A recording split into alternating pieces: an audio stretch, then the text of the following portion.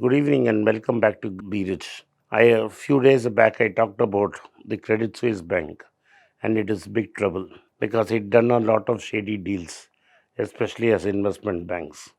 It had lent to people from whom there is no hope of recovery, taken that money, bundled it into bonds, and gave it to investors. These loans have gone bad. Investors have sued Credit Suisse. Credit Suisse is now unable to take this money back. There have been several such cases, but the most prominent of these cases has been Greenshill Lend Credit. Greenshill was created by a man called Lex Greenshill. What he did was he was giving trade finance. Trade finance is basically bill discounting. That is, if a company A raises bill on company B and discounts this bill with Greenshill, he in turn would pay company A on due date on today, and on due date would collect from company B. The interest would be debited on account of company A. So basically he gave trade finance for people who are willing to sell on credit. And back to back he took money from Credit Suisse Bank. Among his advisors was David Cameron, the former British Prime Minister, who took an advisory fee for lobbying for him in England. Among his famous clients is of course Sanjeev Gupta of Liberty Group, who at time was bidding for anything and everything, including wanting to buy chorus from Tatas. All of us were wondering, when the mighty Tatas could not raise money, where was this money coming from? It was clear it was coming from Lex Greensill today. There was another company called Bluestone. This company is basically a coal supplier based in West Virginia, owned by the family of the governor of that state.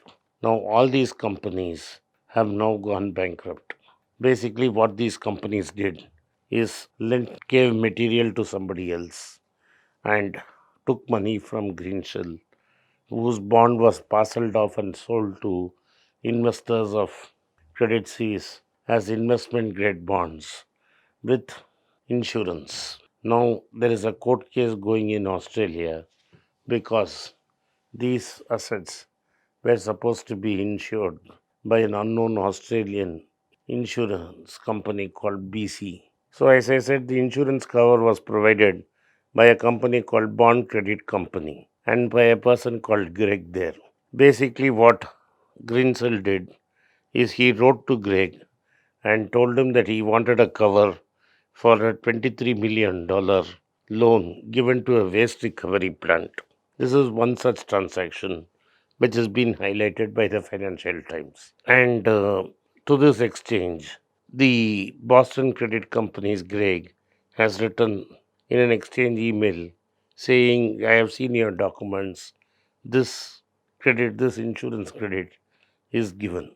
Most of these insurance policies are on such flimsy grounds, not formally done or vetted by these insurance company. At the time when the insurance was written, insurance BCC was a subsidiary of Insurance Australia, which later sold its stake to Tokyo Marine, which is a Japanese insurance company.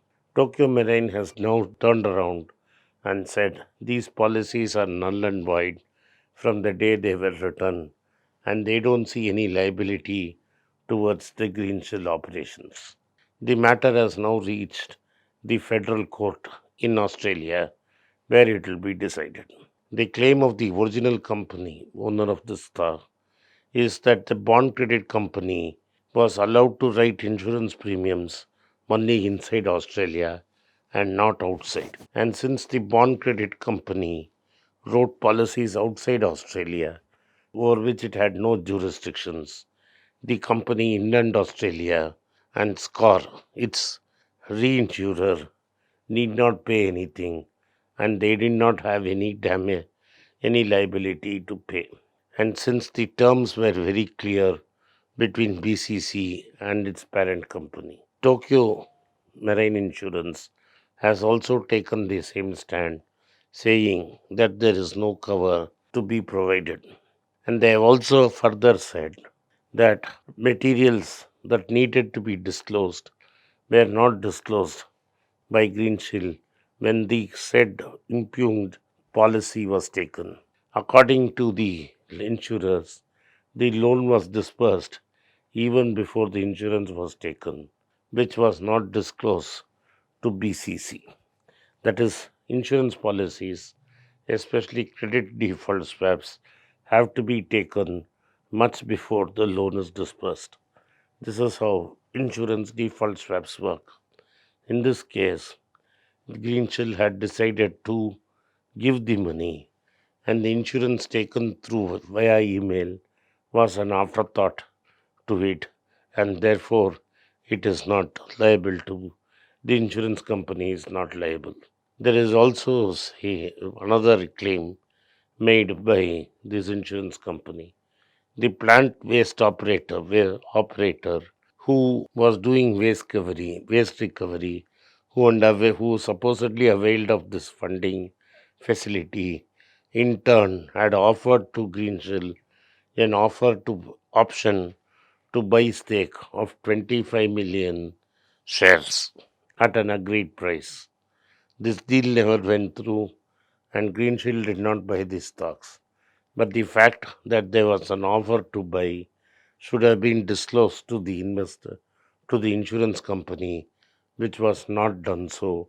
And therefore, according to Tokyo Marine, the original owner and the reinsurer, there is no claim that rests on these insurance companies. Bewildered investors in, who invested in Credit Suisse banks are now between the sea and the hard rock. They do not know where to go for the money, with money's recovery slowing down to a trickle. And they who are in mainland Europe are sitting and watching court proceedings in Australia. These are part of the problems. The claim of these private investors is that Credit Suisse should pay them first and then claim this insurance, which they should have vetted when it comes. These are the symptomatic problems that are there in Credit Suisse Bank, and things are not going to get better anytime soon.